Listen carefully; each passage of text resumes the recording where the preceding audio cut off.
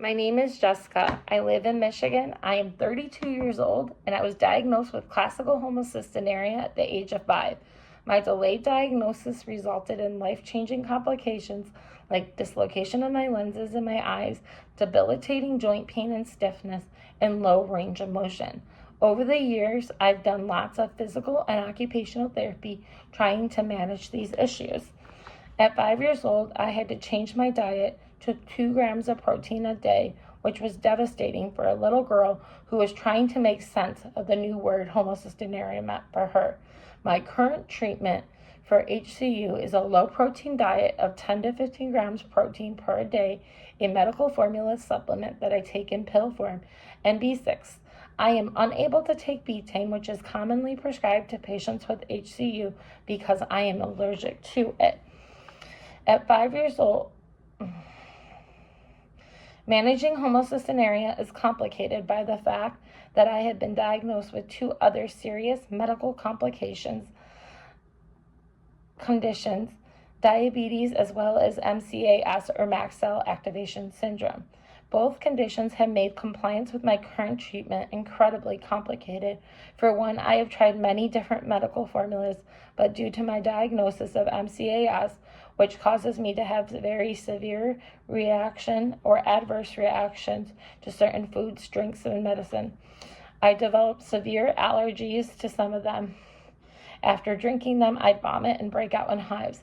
This, of course, made it an impossible task for me to drink the amount of formula that I needed to provide my body with the additional protein and nutrients that I wasn't able to get through foods. I now take my medical formula in tablet form, but even these give me severe acid reflux. I am supposed to take 45 tablets a day, but most days I struggle to get them down.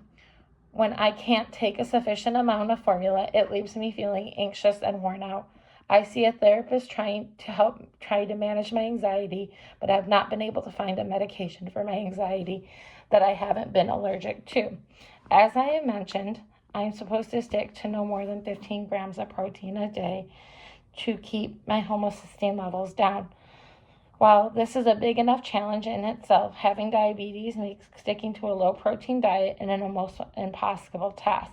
The medical foods that I eat to allow me to stay within my protein allowance also tend to be very carb and calorie heavy.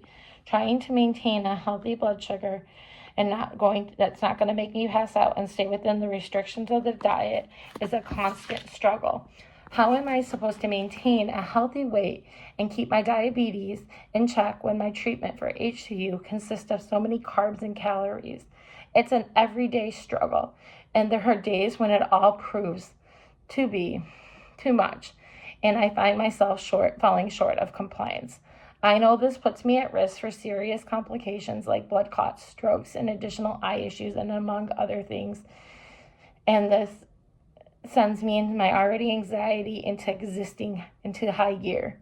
I live in fear of something bad happening to me, and this is not a fun way to live. I feel like I'm in a no-win situation. Currently, I am participating in a clinical trial in the open label portion, so I know I'm getting the drug. My homocysteine levels have been the lowest they've been since I was a child. They're now under 100, whereas previously they were in the 200s.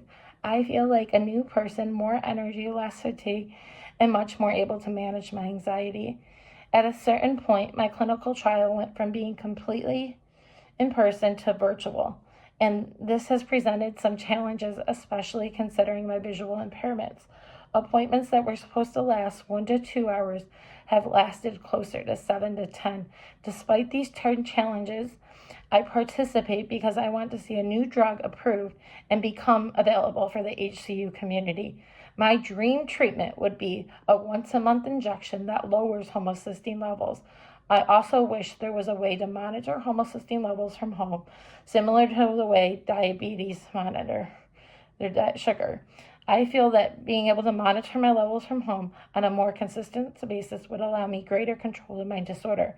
My hope is one day to live a life where I'm constantly not living in the unknown or the fear of what might happen if my homocysteine levels aren't better controlled.